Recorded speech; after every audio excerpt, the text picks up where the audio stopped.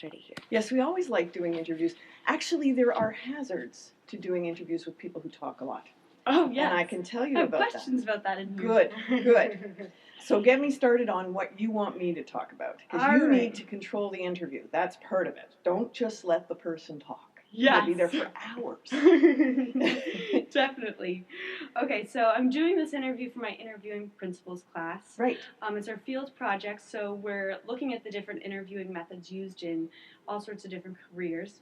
So since I'm interested in journalism, I decided to pick you because, you know, you teach journalism. I know you have lots of experience, so... I've done a few interviews. Yes. Yeah. I figured you'd have a lot to say. So we're interviewing about interviews, right? That's what I thought, and I just wanted to... Yep. Yeah, terrific. One of my favorite topics. Okay.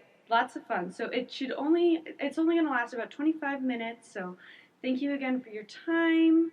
I'm just going to ask you all about different interviewing styles, who you've interviewed, maybe challenges you've had along the way. But I'll start by asking, so obviously as a journalist, your job is essentially to report the news. So why do you think that interviewing is an important aspect of this position? Interviewing is part of the verification process. Mm-hmm. So journalism is really, it's about two distinct types of skills. There's the writing and presentation skills, because it's not always writing. Mm-hmm. And then there is the verification of all the facts that you have to present. And we count on journalists to actually verify information before they present it to us. And so you have to call a lot of people and talk to a lot of people, and you have to make sure that they're telling you the truth. And that they are also actually knowledgeable about what they're talking about, that they really are the best source for you to be talking to, or if they're not, where are they getting their information? So it's all part of that verification process. Mm-hmm. And how do you decide which person to interview would have the best access to the truth? This is something that, first of all, you look at their credentials, you know, their paper credentials. Are they a professor, for example, which really gives you a person who is supposedly neutral, although we all know that not all professors are not. I mean, human beings are not neutral, right? Mm-hmm. So you have credentials, or perhaps they're on one side or the other of the issue, but they're the best person to talk to on either side, and so you can balance competing interviews. You can talk to the two people, you know, or the three people, however many sides there are to the issue, but you have to choose the best spokesman that you can, or spokesperson that you can get hold of. Mm-hmm. That's another thing on the issue, and that will talk to you in time for your deadline. So there's a whole lot of competing interest there on how you choose the person, the people that you talk to. And you usually will speak to more than one, and in fact more than two on most occasions. And in order to get those two, you have to make about 10 phone calls, because only two of them are going to answer you, right? Yeah. So it's a challenge. It's a real challenge. Mm-hmm. Yeah. And I guess with picking the type of people, obviously, there's different types of interviewing you can do. You can do on the phone, you can do in person. Yes. So I guess how do you determine which is an on-the-phone interview, which is an in-person interview, or even if you've ever done a survey interview? Right. How do you determine where you send that? out an email and say, please answer me, answer these questions, or something like that. I've done all kinds of interviews, including contacting people that made a comment on something on Twitter. So, so you really can use all different media, and each one has sort of a level. And so what you need to do is this sort of juggling process in your mind. You know that you're going to get the absolute most information from a sit-down, face-to-face interview. That is the best kind of interview under any circumstances. The second best would probably be, for me, given my skills, would be on the phone. Because I'm really good on the phone. I've done a million phone, well, maybe not a million, but I've done a lot of phone interviews. And I can pick up things in people's voices. I'm a very auditory person. So for me, the phone is really good. But Skype is also good. You can see people on Skype, you know.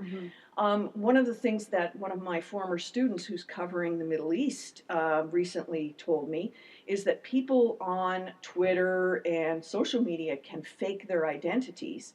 And so you have to be really, really careful to check and verify even the source that you're talking to. So this is all. And what was the original question? So how do you juggle it? It's a very complex puzzle of how much time do you have, who can you actually get hold of, and how many of those interviews can you fit in, because you want more than one, and how many hours do you have? So in journalism, it often ends up being you stay in the office and you talk on the phone, or if you can go to one site where all those people come together, that's a really important thing. And in fact, I found that City Hall was one of the best places to be in the city. It was much better than being in the newsroom, because people came to City Hall. And so you would get all the different parts of the polis. I don't know if you remember my whole concept of the polis, which involves the government people, elected people, the bureaucrats who work for the elected people and the public, and the public itself. They all get together in one place to thrash out various issues. So there have literally been times when I was at City Hall and the circus came. People came from the circus, and all the media showed up, because here you had all the parts of the polis, including the circus, and you had great stories coming out of it. So if you can go to one place where they all are, then you have that visual verification that what you're seeing is actually true. You have the auditory, you have the, you can hear them and you can talk to them if you can get them, separate. But even if you can't get them aside to do an individual interview, you can quote what they say in public. So that's So City Hall is great for that reason, and that's why reporters hang out at City Hall. So with City Hall, then it's kind of like you're listening to what they're saying. Do you go up to the people after and Absolutely. interview them specifically? There are always things that people will fudge when they're talking in public, and fudge means, to sort of make it deliberately unclear. Yes. So if you're a professional journalist, you'll notice those things, and you'll go up to them afterwards and say, "Excuse me, I have a few follow-up questions." And that's a really important part of the process. You always want to be able to ask those follow-up questions. Sometimes you can't.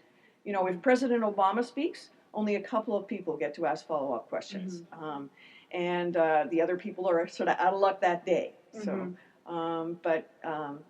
with other people, you can get them out of the meeting. You can talk to them outside afterwards. And And I guess, too, when you prepare to ask them the questions, like if you have that follow-up interview with the politician, how do you prepare ahead of time with maybe researching the person or preparing a schedule of questions? Right.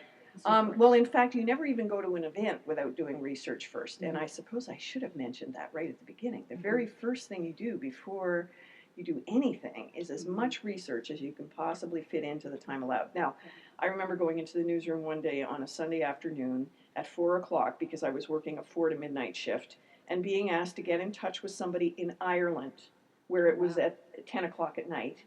A very senior person in the demilitarization gun thing in Ireland, John de Chastelain, who was the Canadian general who was in charge of that. I was supposed to get in touch with him. I had no phone number. I had nothing, right? So how much research was I going to be able to do before I actually started phoning people? Almost zero, because I had to get on the phone because I was going to be waking people up. Or they might be just going to bed. They were 5-6 hours ahead, depending on where they were. So I had to call our person in London, get a phone number for de Chastelain, a home phone number for de Chastelain, phone de Chastelain, and by the time I did, it was probably 2 o'clock in the morning because I did do some research. I didn't know a thing about decommissioning, And the first thing he said to me was, "Do you know what happened?" Because he thought some dreadful thing must have happened that he didn't know about. Some leader had been killed, perhaps, or something, because I was waking him up at 2 o'clock in the morning. So, anyway, I needed to have done my research, and I did feel embarrassed in that interview because I hadn't done enough. I hadn't done what I would normally do, but I didn't have a choice. Was he able to kind of see that you weren't as knowledgeable? Oh, yeah. It took him about 30 seconds. Yeah. He said, "Well, if you were really knowledgeable as Aileen," I had to drop the name of my friend in London, my colleague, and say, "Aileen gave me your number because she realized that I needed to ask these questions of you personally rather than her, And I know that Aileen is much," and so I relied on Aileen, who really did know everything, and they should have gotten Aileen to do the story. It was so stupid.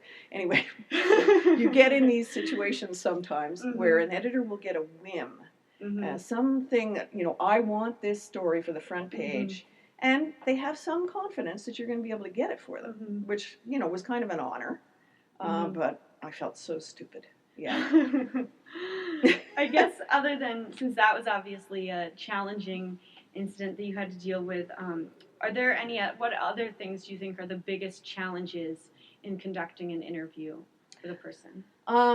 Yeah, demonstrating that you are knowledgeable without taking up any of the other person's time, because you want them to talk. So getting them to talk is one of the biggest challenges with some people. With other people, it's getting them to talk about what you want. They'll talk a lot, but they won't say anything. There are many people who are very well trained in how to talk without saying anything. They take special training courses in the government. And then there are other people who will try to convince you that they don't know anything about the topic and you should really talk to somebody else, which is an endless loop. Because you get, I had a friend who once told me that she was convinced that every federal bureaucrat, every government official had only one fact that they were allowed to talk about, and that she wished she could just phone them up and say, "Give me the one fact. Just tell me what one fact you have," because they would say, "No, I'm really not the best person to talk to about that. You should talk to so and so about every question that she asked," and then she would finally get to something, and it would be something they could talk about. Yeah, so finding the right person, making sure they don't talk about things that you do not want talked about, but they talk about your topic, and also getting people to talk when they are reluctant to talk about something. These are all questions of controlling the interview. Yes. And you control the interview through a carefully prepared sequence of questions. You start off with the easy questions, the things that they're going to want to talk about, and you lead up to a point where they start to trust you a little bit and feel that you have done some homework and that you have you're trustworthy. You're proving yourself as well through some of those questions that you ask and the follow-ups that you ask. Yeah. So. And I guess then with that idea of having to gain the trust, obviously there's a lot of ethical dilemmas that come into journalism. How do you... Absolutely. Yeah, how do you handle maybe a person who says that they want like an interview with them to be off the record and not to be published? That's very important. Off the record is a really complex thing. Because there are several levels of off the record. A person can be off the record such that you just don't use their name, but you can actually quote them. You can even say what their position is, but you just can't use their name. So you have to negotiate. The other off the records can be you can't quote them at all, but you can say basically what they said without using a direct quote, but you can't use their name or position, and that's called deep background. So a person who's on deep background, you cannot say anything that would divulge. Actually, that's background. Sorry. Deep background is you can't say anything that would divulge that you even knew this person. So the guy called Deep Throat in All the President's Men, I don't know if you've seen that movie, but there's a guy called Deep Throat in there. He was in such danger if anybody found out that he was leaking information, that he was actually worried he would certainly lose his job, but he was actually worried about much worse things, like maybe being killed for divulging information. So he told Bob Woodward, the guy who broke the Nixon story with Carl Bernstein, he told Bob Woodward, "I will only talk to you, I will only confirm or deny things that you tell me that you get from someone else." And he was on deep background. Woodward didn't reveal who he was until after he died, after Deep Throat died. Yeah. Have you personally ever had to deal with a situation? I mean, maybe not that extreme, but where... I did. Really? I did. There was somebody who was the office assistant to a counselor, a city council member, who was cracking up. He was really having a nervous breakdown. And this assistant was so upset about this situation, and he knew about a car accident that this city councilor had, and he said, "This is eating away at me. I've got to talk to somebody about it, and I've got to make sure that something is done because this is a terrible situation." So he came to me. He actually said it was like talking to a priest. and he was a Catholic. So it was interesting to me to be in that position. But I could not reveal anything about where I got this information. I couldn't even reveal anything that would lead people to the person who gave me the information. And I have never told anybody where I got that information. Yeah. So was that... Except you.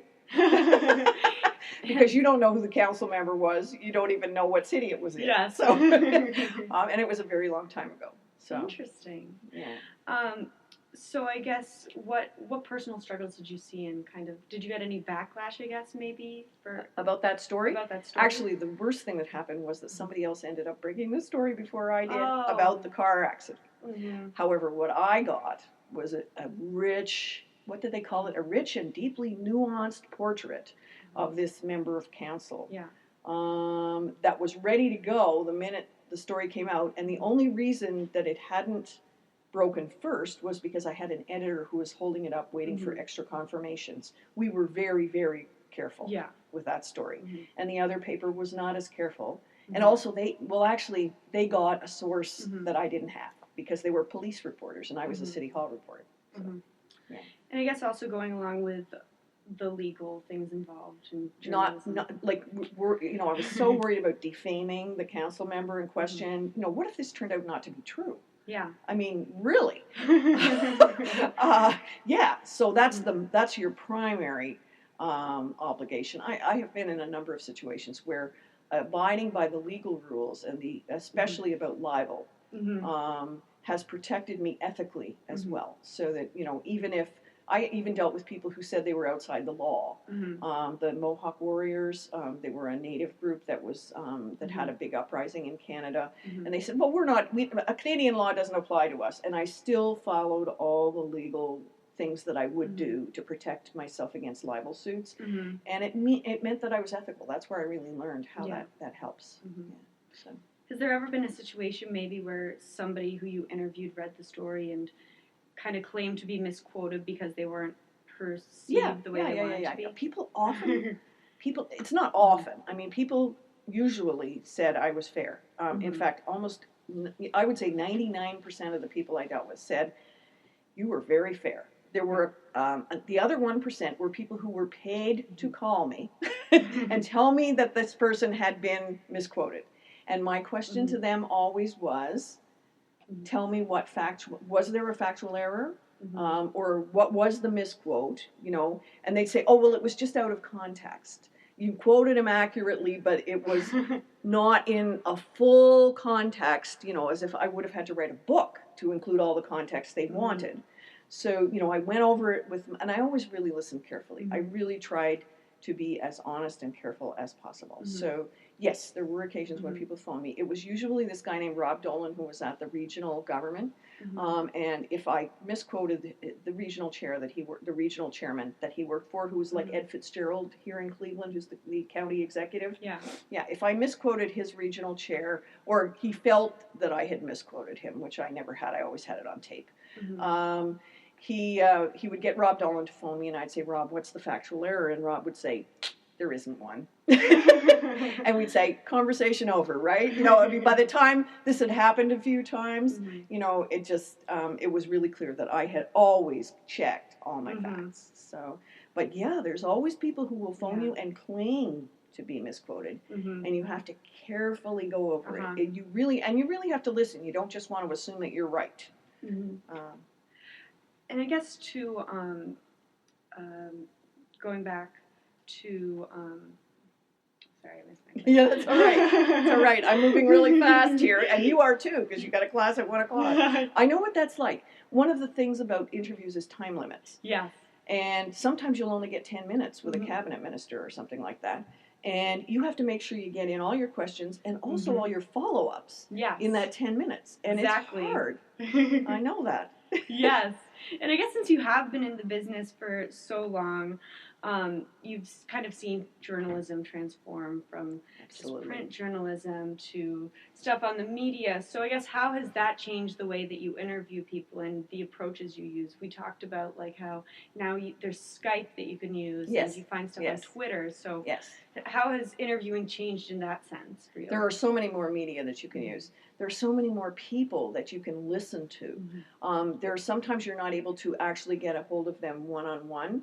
And you have to say, this information came from Twitter, or this came from, Facebook or something like that, because as my former student Heba, who is now covering the Middle East, she told me, people have been completely fooled by people on Twitter and Facebook, etc. So not only do you have to do an interview, but you have to verify that the person you did the interview is actually the person that they claim to be. And it used to be in the old days, you would have a beat. You would have a way of knowing who the people were that you were dealing with. These were people that you had met in person. And it used to be that we covered things locally or nationally or whatever, as a beat. So you were there. You were physically present in the place that you were covering. Nowadays, there are many people covering stories for which they are not physically present in the place they're covering. I mean, Syria, for example.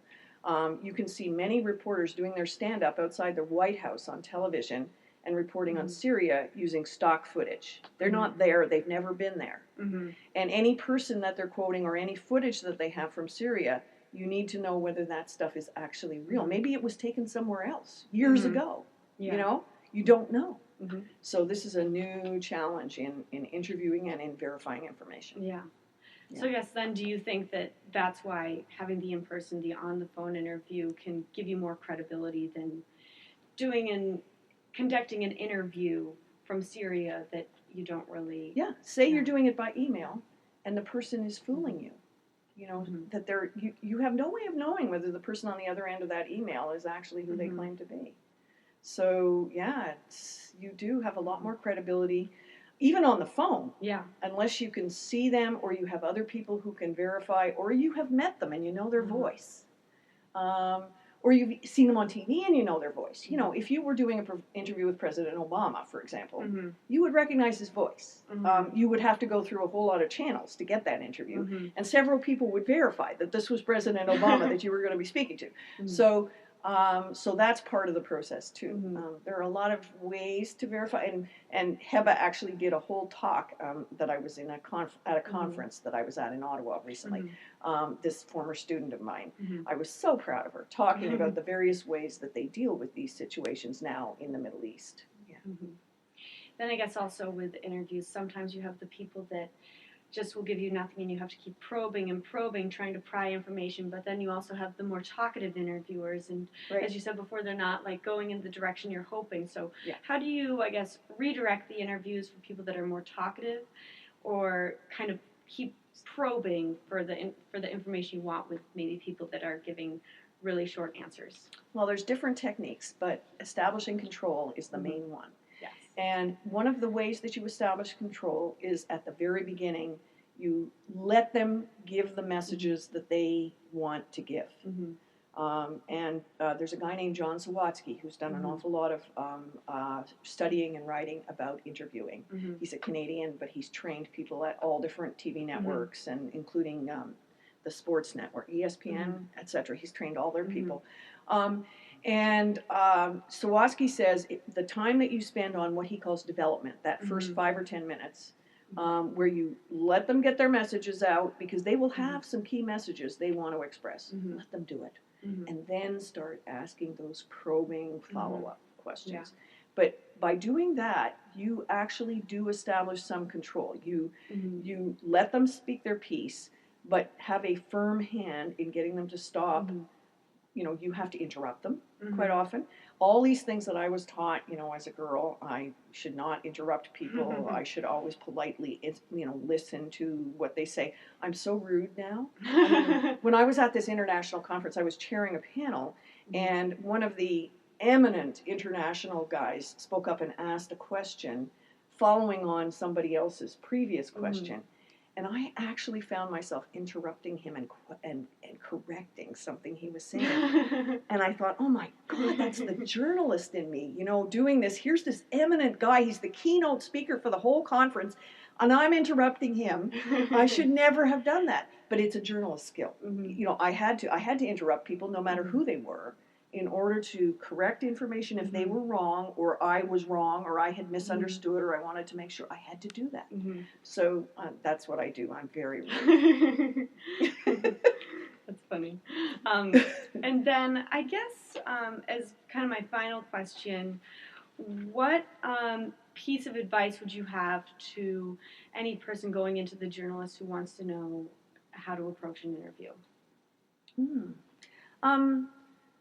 Prepare your questions ahead of time. Do your homework and get more than one source on your research. Don't just sort of go to Wikipedia and read what's there. Although don't miss Wikipedia. Don't forget Wikipedia. In journalism, we always look at Wikipedia. Is that Chris? Yeah. Hi, Chris. I'm just doing an interview, and she has to go in a second, so I am here, and we'll head upstairs. Do you want me to go up there? Or? That would be great. Okay. All right, I'll meet you up there. Okay, Super. See, I have a 1 o'clock too. Nice. Chris graduated from here a couple years ago, and he was working for Sun Newspapers and lost his job quite recently. And I'm just training him to do the newsletter for SPJ that called Writers Week, that he'll get a little bit of pay for while he's in between jobs, and he's on the board, and it's going to help him get another job. That's nice of you. Yeah, well, he's helping us too. Yeah, he's doing something very valuable to us for low pay. Yes. But we hope that it will lead him to another job. It's a good skill to have. Yeah. Okay, so your time is pretty much up. Yes. Is there one last thing? I could do one last question. I just want to know if you had anything else you wanted to add. Maybe that you didn't get to say that I didn't get. I think I got to say. I felt really good about this interview. Okay, I think you've done quite a good job. Thank you. I think you've asked me really good questions. You kept me on topic. You had your questions really well prepared. Okay. So I think you have shown an example of how to do the kind of preparation for an interview that a person needs to do. Thank you. Well, I appreciate you taking the time, and have a wonderful day. Thank you very much for meeting with me. You're welcome. Awesome.